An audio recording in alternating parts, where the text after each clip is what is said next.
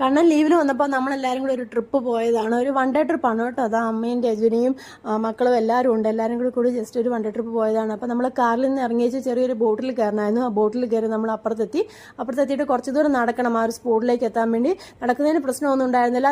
ചുറ്റും മരങ്ങളാണ്. ശരിക്കും ഒരു മാർച്ച് മാസത്തിലാണ് നമ്മൾ പോയത്. പക്ഷേ ചൂടിൻ്റെ പ്രശ്നങ്ങളൊന്നും ഇല്ലായിരുന്നു. ചുറ്റും മരങ്ങളാണ്, താഴെ വെള്ളമാണ്. കൂളായിട്ട് നമുക്ക് നടന്നു പോകാമായിരുന്നു. തണൽ ആയതുകൊണ്ട് പ്രശ്നമൊന്നുമില്ലായിരുന്നു. കുട്ടികളാണെങ്കിലും എൻജോയ് ചെയ്ത് നടന്നുപോയി. മാളുവാണെന്നുണ്ടെങ്കിൽ അവളും എൻജോയ് ചെയ്ത് തന്നെയാണ് നടന്നു പോയത്. വെയിലിൻ്റെ പ്രശ്നമൊന്നും ഇല്ലാത്തതുകൊണ്ട് കാഴ്ചകളൊക്കെ കണ്ട് അപ്പുറത്തിപ്പുറത്തും മരങ്ങളൊക്കെയാണ്. അതെല്ലാം കണ്ട് നമ്മളെല്ലാവരും ആ സ്പോട്ടിലേക്ക് നടന്നു പോവുകയാണ് ചെയ്യുന്നത്. മീനാക്ഷി ആയിക്കോട്ടിന് ഫ്രണ്ടിൽ പോകുന്നുണ്ട്. അങ്ങനെ നമ്മൾ ആ സ്പോട്ടിൽ എത്തിയിരിക്കുകയാണ്. ഇത് പൂവാറുള്ള ഒരു സ്പോട്ടാണ്. പൂവാറുള്ള സ്പോട്ട് എന്ന് പറഞ്ഞിരിക്കുന്നത് ഗോഗോലാൻഡ് ആണ് കേട്ടോ. പൂവാറുള്ള ഗോഗോലാൻഡിലാണ് നമ്മൾ വന്നത്. ഒരു വൺ ഡേ ട്രിപ്പ് എൻജോയ് ചെയ്യാൻ പറ്റിയ എല്ലാ കാര്യങ്ങളും ഇവിടെയുണ്ട്. കുട്ടികൾക്ക് കളിക്കാനുള്ള റൈഡുകളും കാര്യങ്ങളൊക്കെ ഉണ്ട്. ആളും അതിലൊക്കെ കയറുന്നുണ്ടായിരുന്നു. സ്ലൈഡ്, ഊഞ്ഞാല്, അങ്ങനെയുള്ള സംഭവങ്ങളൊക്കെ ഉണ്ട്. ചാടിക്കളിക്കുന്ന കുറേ സാധനങ്ങൾ, റൈഡുകളും കാര്യങ്ങളൊക്കെ ഉണ്ടായിരുന്നു. അപ്പം പിള്ളേർക്ക് ശരിക്കും ഒരു ദിവസം ഫുൾ എൻജോയ് ചെയ്യാൻ പറ്റിയ എല്ലാ ഫെസിലിറ്റീസും അവിടെയുണ്ട്. അതുപോലെ മുതിർന്നവർക്ക് ഉള്ള റൈഡുകളും കാര്യങ്ങളൊക്കെ ഉണ്ട് കേട്ടോ.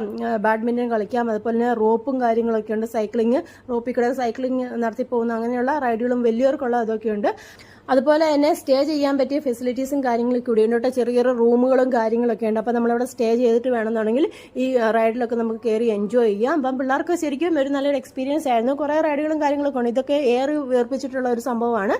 അപ്പം അതിലൊക്കെ ചെറിയ റൈഡിലൊക്കെ കയറാം. അപ്പം പിള്ളേർക്ക് പ്രശ്നമൊന്നുമില്ല. അവർ ശരിക്കും എൻജോയ് ചെയ്യുന്നുണ്ടായിരുന്നു. ചെറിയ ചൂടുണ്ടായിരുന്നെങ്കിലും മരങ്ങളൊക്കെ ഉള്ളതുകൊണ്ട് നമുക്ക് ആ ചൂട് അനുഭവപ്പെടുന്നില്ലായിരുന്നു. അപ്പോൾ മാളും അവളെ കൊണ്ട് പറ്റുന്ന രീതിയിൽ എല്ലാ കാര്യങ്ങളിലും കയറുന്നുണ്ടായിരുന്നു. ഇത് വലിയവർക്കുള്ളൊരു ഇതാണ്.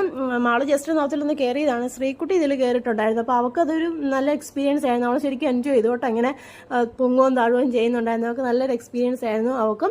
അതുപോലെ തന്നെ വലിയവർക്കുള്ള റൈഡുകളും കാര്യങ്ങളും ഉണ്ടെന്ന് ഞാൻ പറഞ്ഞായിരുന്നു. അപ്പം അതിലൊരെണ്ണത്തിൽ ഞാൻ ജസ്റ്റ് ഒന്ന് ട്രൈ ചെയ്തു. അപ്പം അതിങ്ങനെ കുറച്ച് ദൂരം ഇങ്ങനെ നമ്മൾ പിടിച്ച് പോകുന്നതായിരുന്നു. കുറച്ച് ദൂരം ഞാൻ പോയിട്ട് പിന്നെ ഞാൻ ഇറങ്ങി.